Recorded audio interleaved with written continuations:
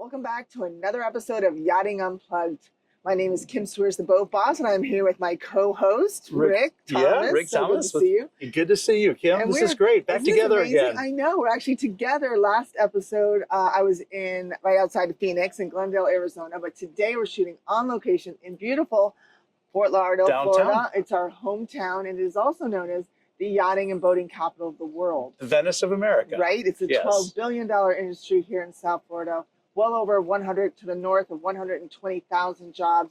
Second behind tourism, it plays a very important role in our community. And it's how we've always made a living, and it's how we have our passion. We happen to be on board my boat, Surface Interval, which just came out of Bradford Marine. I just had the bottom paint renewed and a little maintenance done. And well, let's start by dedicating the show to a yachting icon that is unfortunately passed this week. I know he's a dear friend of yours. Yeah, I'd love to say he's a dear friend. I've known Frans Heesen for 30-some years. One of the first shipyards I ever worked with in Europe. Is from the Netherlands, town of Oss. He started Heesen Yachts so many years ago. I first met him shortly after he built Octopussy for John Staluppi. Yes. Yeah, and just a lot of innovation, a lot of risk taking there, and he passed this past weekend, and it's with sadness that we acknowledge that. And I'd like to dedicate this episode to the memory of Frans and Heesen Yachts. I think they're a great guy. Definitely a shout out to his family and his work family. Yeah. You're in our thoughts and prayers. Yeah, for sure. Fantastic. Well, I wanted to say last week I was the Master of Ceremonies and keynote speaker at the International Boating and Water Safety Summit. Yes, and you were. It was amazing. And I know next year, Rick, you will be very involved as well, because we tend to only focus safety when it comes to boats 26 and below, because that's really where a lot of the laws are. 26 feet and below requires a kill switch. Children 6 years and under require life jackets, but you're going to attend next year and really open our eyes. I know Primus Yachts was there, Primus Yachting, talking about yacht safety as well. But I wanted to show, what are some of the options that, you have actually a waist PFD on. Yes, this is a personal flotation device. Wear it on the waist. It's out of the way. It's indiscreet. Great safety device. I will say, though, we had our boat out last summer on the ocean. We were in the middle of the ocean escorting paddleboarders and kayakers across from Bimini to Palm Beach, something I do every year. And we had our kayaker flip her kayak off in the middle of the ocean. And come to find out, she was uncomfortable with, she didn't understand that this released right. So we actually had to do a little rescue swimming because she got in an uncomfortable situation. And there goes the Jungle Queen, another tourist. Yeah, it's attraction / trap. Yeah. Great boat though. We see it on the river every day. I love it. It's part of our culture. Yeah, you must come and Fort Lauderdale and try that out. But yeah. So we really want to urge. Yeah, you need to know how to use these devices. Same thing with this. It's a beautiful, easy to wear all day long if you're working on the water. There's not much to it. And I actually did a little demonstration on my social platforms. I actually always wanted to deploy the life jacket, and I finally got a chance to do it. So I was really excited about that. And then you actually are wearing one that you're going to actually promote for the tender market. That's right. That's right. The boat I've got here is a 30-foot center console. These are commonly used as tenders on large yachts. And we've heard about all the accidents and things that happen when you're, on tenders. And, we've talked about some of the tragedies that happened, last year. And so it's really important that, you're on a large yacht and you're never wearing a life jacket on the yacht itself, typically. But once you step off that yacht and you're stepping onto the tender, now your thinking's got to change. Now you have to remember, you're not back into small boat world. Things can happen really quickly. I saw a video just yesterday where a 4-engine outboard center console went into a turn and it flipped. Yes. And unfortunately, nobody was seriously hurt, which is amazing to consider, but things can happen so quick. Yeah. So you need to have these safety devices. So that's our tip. Every show we're talking about tips now. We're going to bring it on earlier in the show. So our tip is, we're really speaking to the yacht captains and the crew, is these are by Mustang. And I really say, just grab a bunch for your guests and for your crew. Yeah. And they're fashionable. Yeah, they're taking not much space. Yeah, exactly. So that's our tip for the week. But I do want to stress, there's some interesting statistics that I read about going into the summit. The Coast Guard accounted for 3,800 accidents in 2023, 564 deaths of that, and then $63 million worth of damage. But this is a really interesting fact. Out of per every 100,000 boats that are registered, 5 people are dying, which is that's a lot when you think about it. Yeah. And then for the accidents that do happen, you're looking at 75% of those accidents are from drownings. Those people that die, 75% are from drowning, and 87% were not wearing almost 9 out of 10 life jackets. So back to our point is, we're speaking this show to the captains and the crew. These are great. They're by Mustang. Please look into them. Yes. They're worth it. Yeah. No excuses. You should have these on board. You should use them. All right. Let's talk about new products. Yeah. Yes, we saw something pretty cool, didn't we? Yeah. Well, we had the Cuda Jet. Yeah, the Cuda Jet. That was a really cool product that I did on my Instagram. I reposted it. It's this really cool jet pack. You wearing it back? Yeah, and it's great for yachts. Right. Great for really anyone, but it's a great super yacht toy. A top speed of 3 meters a second. Yeah. Think about that. Do the math. That's 10 feet a second. It's hydrodynamic, not aerodynamic. You're in the water. And what I really think is cool, it's made in England. There we go. So it's just across the pond here. It's really cool innovation. I can see a lot of, it's kind of like the Sea Bob crowd. Yes. Watch out. You got all these Sea Bobs on the big yachts. You're going to have a couple of these jetpacks too. Yeah, super cool. So check it out. It's Cuda Jet. I find them on Instagram. I reposted, so check out my page. Yes. Let's talk about the new super yacht that's come out. The 60. The Hummels, the 60 meter series. Yeah, it's on sea trials right now, which is cool because I think it's the 7th in the series that's out on sea trial. It is the 7th unit. In the series. When I interviewed Rose Dahman on my Yachting USA podcast, she was talking about this semi-production built series of boats, the 60 meters and the 80 meter boats, which, the 60 meter is 256 feet roughly. So it gives you an idea of how big that really is. And,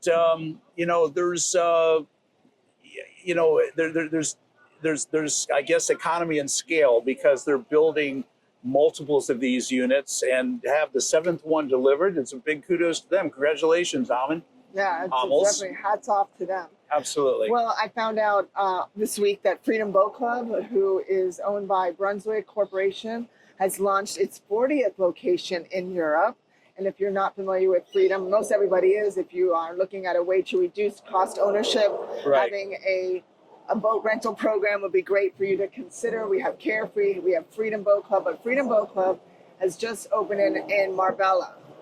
Okay. So it's the 40th location. It's on the Costa del Sol. Right. Yes. Okay, that's cool. So check into that, and hats off to Freedom for really just expanding boating ownership worldwide. Well, the other thing I thought about too, did you see that Vigor boat that was the self-deploying fenders coming out of that? Yeah. When you look around, even on this boat, trying to find a good place to put the fenders is always a challenge. This new boat has looks like a port light or a freeing port on the side of the boat. It actually pops open, and the fender comes out. And it's a push button thing. So you're not yelling at your wife or your kid, go quick, get that fender over. And you just see a need and you push the button, the fender comes out. When you're done with it, it retracts it back in. I'm guessing it probably stores it in the bulwark, which is oftentimes just vacant space anyway. So good use of space. Yeah, I thought that was really cool. Nice innovation. Yeah. It's all about safety on the water. And I know I own a big service department in my dealership, and we're seeing more and more great innovations, which leading to better safety. But it really does affect my bottom line. I guess it's great for the consumer, it's great for boaters, but we're not seeing as many accidents, which is a good thing. No, that is good. The boats are getting safer to use. The way they are operated, the way they work now are better than they ever were. No different than the automobile industry. You watched it, and I bet you 20 years ago you thought, what could ever change in automobiles? Look what we have today: self-driving, lane maintaining. Cool stuff, and that's happening on the water as well. No, it definitely is. On the water, we have Brunswick has a product that is autonomous driven boats, as well as abacus. So there's a lot of options out there that we're actually chasing the auto industry. We're a little bit behind, but we're going to catch up fast thanks to companies like that. Absolutely. So movers and shakers, we have some interesting news. Oh boy, to report. isn't that true? That's true. Big announcement at Cigarette. Kurt boats. Bender? Yeah, I read that online as well. I do want to say that he did that he's seeking a lifelong dream, I guess is what he's doing. And so we'll see where that goes. He says, I wanted to share that I made a decision to leave cigarette racing. It's been an incredible ride, and I'm truly grateful for the experience of the people I've worked with and the relationships I've built along the way. To all of our customers, vendors, and the boat building community, thank you for the trust, collaboration, and support over the years. It's been a privilege to be part of such a passionate and dedicated industry. I'm now taking a big step towards pursuing a lifelong dream. That's interesting. Something I've been working towards for a very long time. I'm super excited about what's next and look forward to sharing more soon. I love it. So hats off to you, Kurt. Yeah, no, that's cool. Very few. There's a saying is you never want to leave life with your dreams around your bedside when you're on your deathbed, and right? That's a good way to put it. I love it. Absolutely. So hats off to you, Kurt. Best of luck. Yeah. Yeah. And then what about else? Ken? Yeah. So Ken Clinton has Ken Clinton announced his new landing, gig. Yes. Yes. He's taken a CEO position. REG Boat Holdings. That's a corporate company. I know the subset. I know it's Wellcraft and it's Four Winds. It's Scarab, Four Winds, Wellcraft, Glastron. Is Glastron part of that too? Yes. Okay. And is that it? Yeah, I think so. He's up in Cadillac, Michigan. Yes. Wow. It's gonna be super good on cold you, up Ken. there, Yeah, right? Well, he's okay now. He's going into April, May. I'm sure it's going to be perfectly good. Just let's talk to him come November, see how he's... Well, it's pretty incredible. Michigan has like the highest income per capita, the most boats. It's a huge boating area up there. It's a huge lake area up there, no question about it. And those are the right boats for up there. I know we see more, you and I are more in the larger boat market, and Ken comes from that. Yep. But we wish him the best of luck. Absolutely. And everything that will follow. Yeah, I'm sure there'll be nothing but good success. Right. Good job, Ken. Exactly. Well, let's talk. We heard about that Utopia.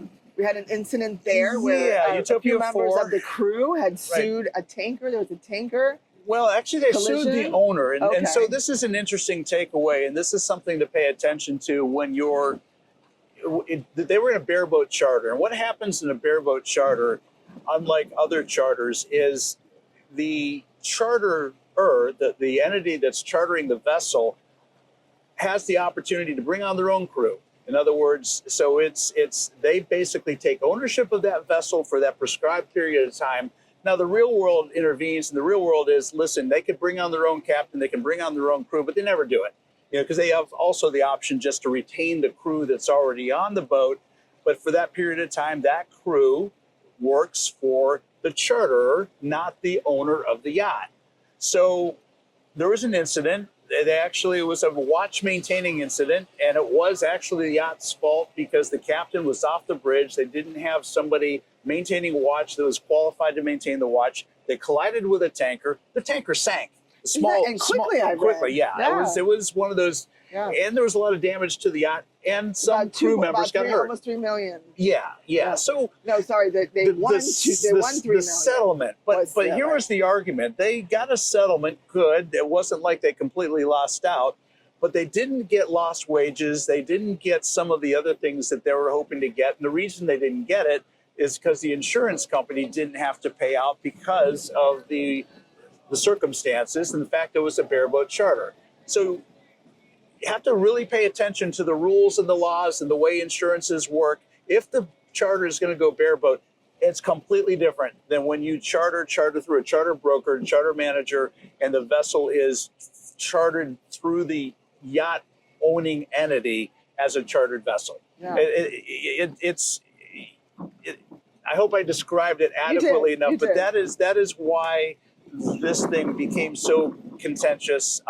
Michael Moore and Company were representing part of this suit, and I understand how they work, and I'm sure they got the best they could for the crew under the circumstances.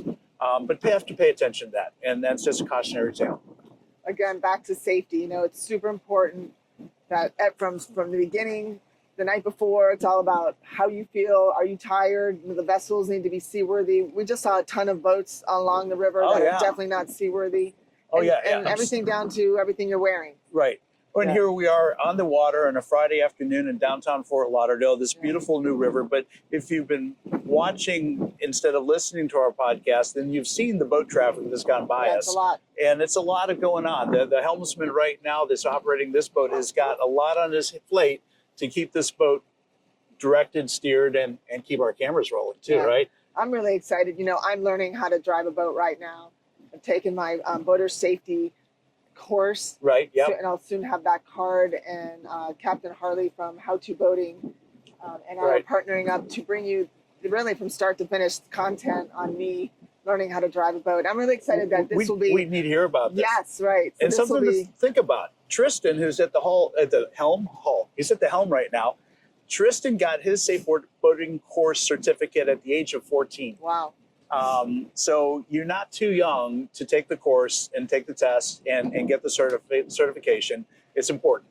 Yeah, well, New York rolled out, as we talked about in our last episode, New York, and I'm really going to push when I'm in Washington as much as I can for the American Boating Congress, is that we need everyone that operates a boat should take that course, not just anyone born after 1988, which is a current law here in Florida. But in New York, Brianna's law passed that everyone that operates a boat needs a course, which is super important. I think, you know, if we're going to reduce deaths and injuries and accidents, that's the only way to do it. I mean, you think about it. The highways are highly regulated and highly patrolled, and you have to have a driver's license to be on driving a vehicle on the highway.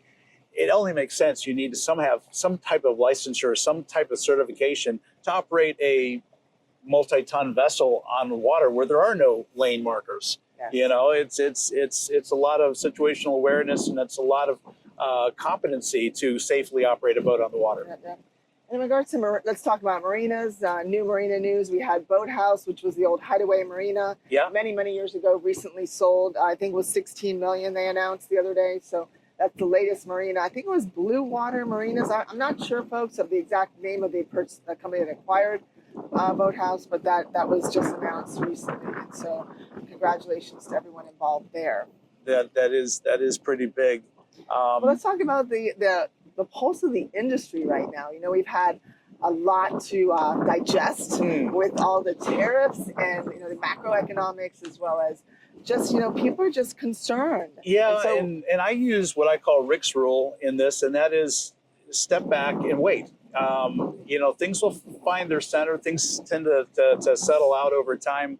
But for those that are, you know, cash heavy, that have really wanted to get into boating, I can tell you this, that I've been negotiating as a broker for a lot of buyers and sellers, some pretty incredible deals. It's a buyer's market right now. No question about it. I mean, in all my years of being in this industry, I have to say, if you are waiting, don't wait. Yeah, don't do that. I was at an industry event last night. You were at the Triton event. I was at the Triton. You know what? That was wonderful. Triton Expo. There was over 1,600 people that attended that last night. In spite of that being a buyer's market, the pulse and the optimism is high. This is a good time to be in the industry. It was a lot of crew there, a lot of people, young people coming into the industry. I would tell everybody, you know, to come into the industry, get your certifications, go do your schools, you know, come in with a competency and something to offer, because if you do, the opportunities are amazing. You can make a lot of money in this industry. You can stay in it as long as you want, whether you're crew or land-based, turning wrenches in a shop, working on outboards or inboards, whatever that looks like. This is a great industry to be part of. It's a very intimidating industry too. So I do recommend, Rick and I, if you are new to the industry and you're like, you know, we know how it was, you're a little nervous. Yeah. The Young Professionals in Yachting, the YPY, is a great organization to look into. Bob Dennison, Bob Saxon, and myself will be speaking at the next, where I think there's a panel that the three of us will be speaking to the group. So join it, get involved in the industry. It's a great place to start. And then find your why.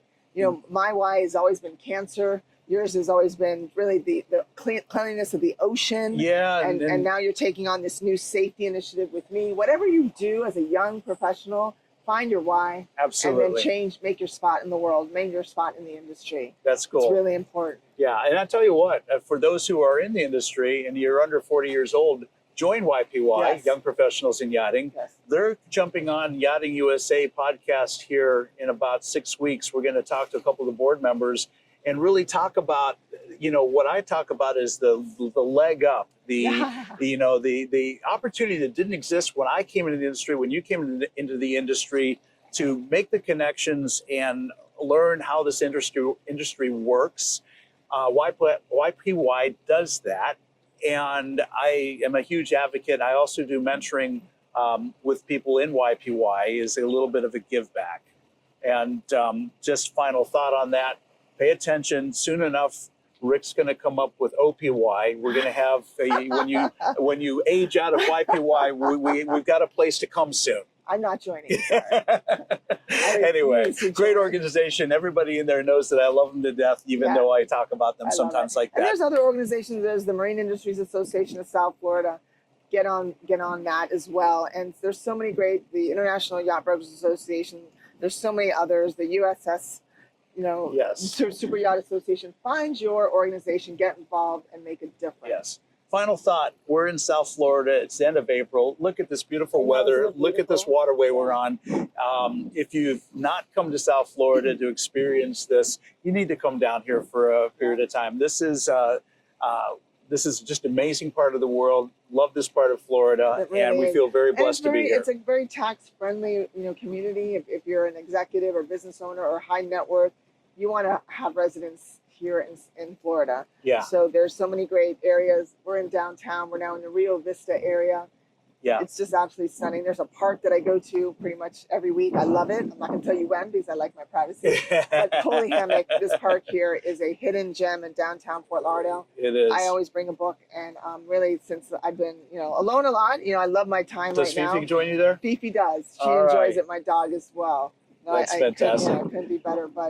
But any of that, I just want to say a shout out to everyone in the industry. Keep your head up, and through every challenge, there's always an opportunity. And Absolutely. And listen, this is not a long-lived recession that we're in. Yeah. We're going to make it through. You just have to, work double time. This is just a little downturn. It's we'll get through it for sure. Thanks everybody for joining us on this thank you so boat much. trip. If you have a news, please reach out to either Rick or myself. Yeah. Hit us up on LinkedIn, Instagram, Facebook, whatever you choose. And don't forget, if you like us, subscribe, share the episode, and and that's it. Have a great week, everyone, and I look forward to seeing everybody on the water. And what do you say? Boat. I always say, boat smart from the start. And whether Absolutely. you live, work, or play on the water, there's nothing better than this lifestyle on the water. I couldn't have said it better. We're signing up for another episode of Yachting Unplugged. Thanks to Tristan, our cameraman, who's been driving the boat. Tristan, thank you. He's a 16 now, right? Soon to be 16. Soon to be 16, an amazing videographer and our captain today. Absolutely. What a blessing. And shout out to Rhea. We really thank you for helping us produce this. We love you and see everybody Until next time, week. Take care. I'm Ciao, out of ciao. here.